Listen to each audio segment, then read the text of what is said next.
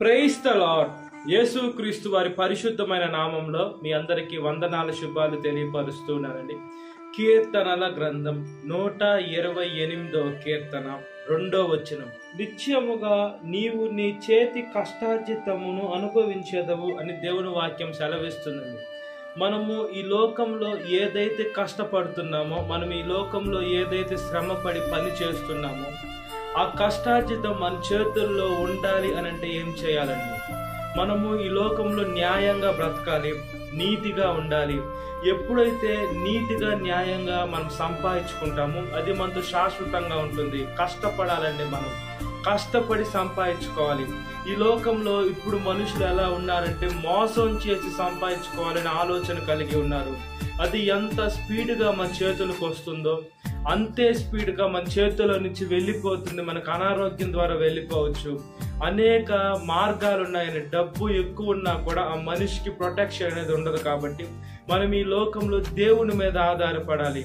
మనము ఎప్పుడైతే దేవుని వాక్యానుసారంగా బ్రతుకుతూ ఉంటామో, దేవుడు వాక్యానుసారంగా ఆయన చిత్తానుసారంగా మనం జీవిస్తుంటాము, దేవుడు మనల్ని మంచి స్థాయిలో ఉంచేటువంటి దేవుడై ఉన్నాడు. ఈ లోకంలో మనం పేదలుగా ఉండొచ్చు, మన దగ్గర డబ్బు లేదు, అయినా కూడా మనం పరలోక రాజ్యంలో మన తండ్రితో కూర్చున్న మంచి గొప్ప సమయం ఇస్తాడండి.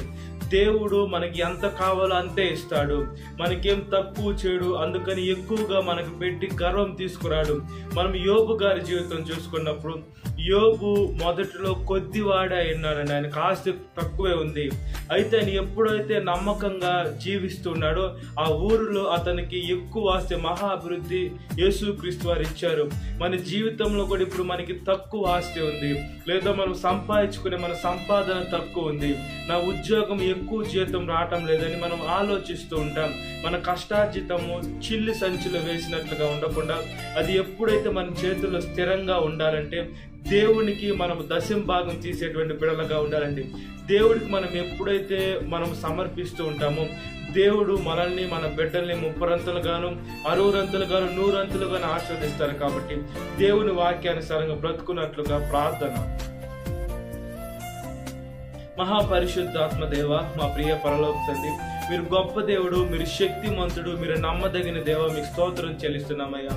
అదేవిధంగా మా చేతి కష్టార్జితం మేము అనుభవించాలంటే ఇతరుల్ని మోసం చేయకుండా, ఇతరుల్ని బాధ పెట్టకుండా, దుఃఖ పెట్టకుండా, వాళ్ళ డబ్బులు లాక్కొని యేసయ్యా అదేవిధంగా సుఖంగా ఉండాలని కోరుకుంటున్నారు. అది చాలా పొరపాటయ్యా.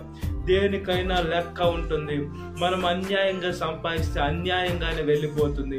ఎప్పుడైతే కష్టపడి వేసి సంపాదిస్తామో అది నిలకడగా ఉంటుంది. కాబట్టి ఒకసారి జ్ఞాపకం చేసుకోండి అయ్యా. ప్రతి ఒక్క బిడ్డ పక్షాన్ని మీరు ఉండమని అడుగుచున్నానయ్యా.